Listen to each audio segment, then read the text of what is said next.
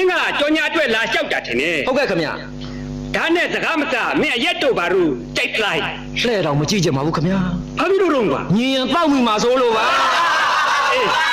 ကြိုက်ပြီဒါနဲ့နာမည် ဟုတ်ကဲ့နှာခေါင်းပိတ်ထားပါတယ် မင်းနာမည်မေးတာကွာ ဟောမင်းနာမည်ကပြမတားတဲ့ မင်းဘိုးကြီး ကျွန်တော်ဘိုးကြီးကဥပလေ တော်ကြက်နေမှာကို ဂျင်းနာစီလေးစိန်ပေးပါလားခင်ဗျာ မင်းအမိနာမမေးတာ ဩကျွန်တော်ရဲ့အမိနာမလား အေး စကထာလေးနဲ့ပြောမှဖြစ်မှာခင်ဗျာ ကဲဆိုသမ်းပါဦးဗျာ စပယ်ဖူးစာဇီးရောက်မှာတဲ့ အင်းအတိတ်ပဲက စပယ်ဖူးစာတော့မငုံလား ငုံတာပေါ့ ဇီးရောက်မှာကျွန်တော်လည်းမမွေရဘူးလား ဝရတယ်လေ ငုံမွေ ဝေမုံတဲ့လား ဟောတာတဲ့ ကောက်ကွာဒါနဲ့မင်းကျမ်းမာရေးကိုလိုက်တောက်လိုက် အလင်းမှာဘူးပါတယ်ခင်ဗျာ ဟာဘယ်တော့မှတော့ ချိန်ဝင်ချိန်တော့ကပါ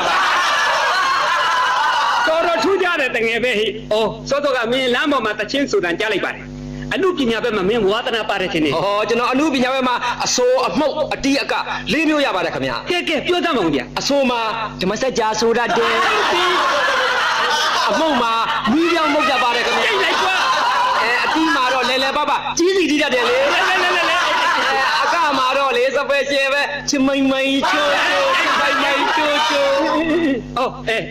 မင်းအရေးချင်းနေတော့အားလုံးကြိုက်သွားပါပြီကွာဒီတော့ပေးစားတော့မယ်ဒါပေမဲ့ငါသမီးနဲ့တော့မဟုတ်ဘူး ဒါပေမဲ့ဘသူနဲ့လဲ အဲ့ငါနဲ့ အမလေးပြေးလိုက်ပါတော့ဗျာ